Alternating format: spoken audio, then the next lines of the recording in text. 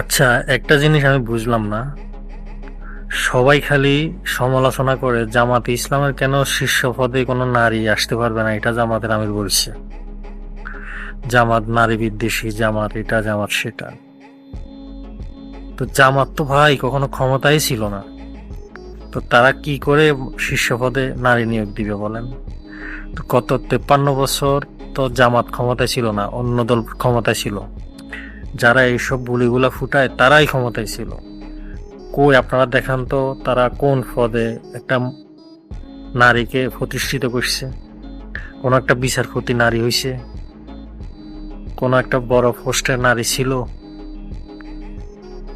তারা এমপি না, এমপি পদে নারী দিত, তারা একটু গড়িমসি করে, এমনি মুখে বড় বড় কথা বলে আমরা নারী বিদ্বেষ চাই না, আমরা নারীর পক্ষে, কিন্তু আসলে ভিতরে ভিতরে তো আরেকটা। এইসব কথাগুলো যারা বলে তারাই হইল নারী বিদ্বেষী।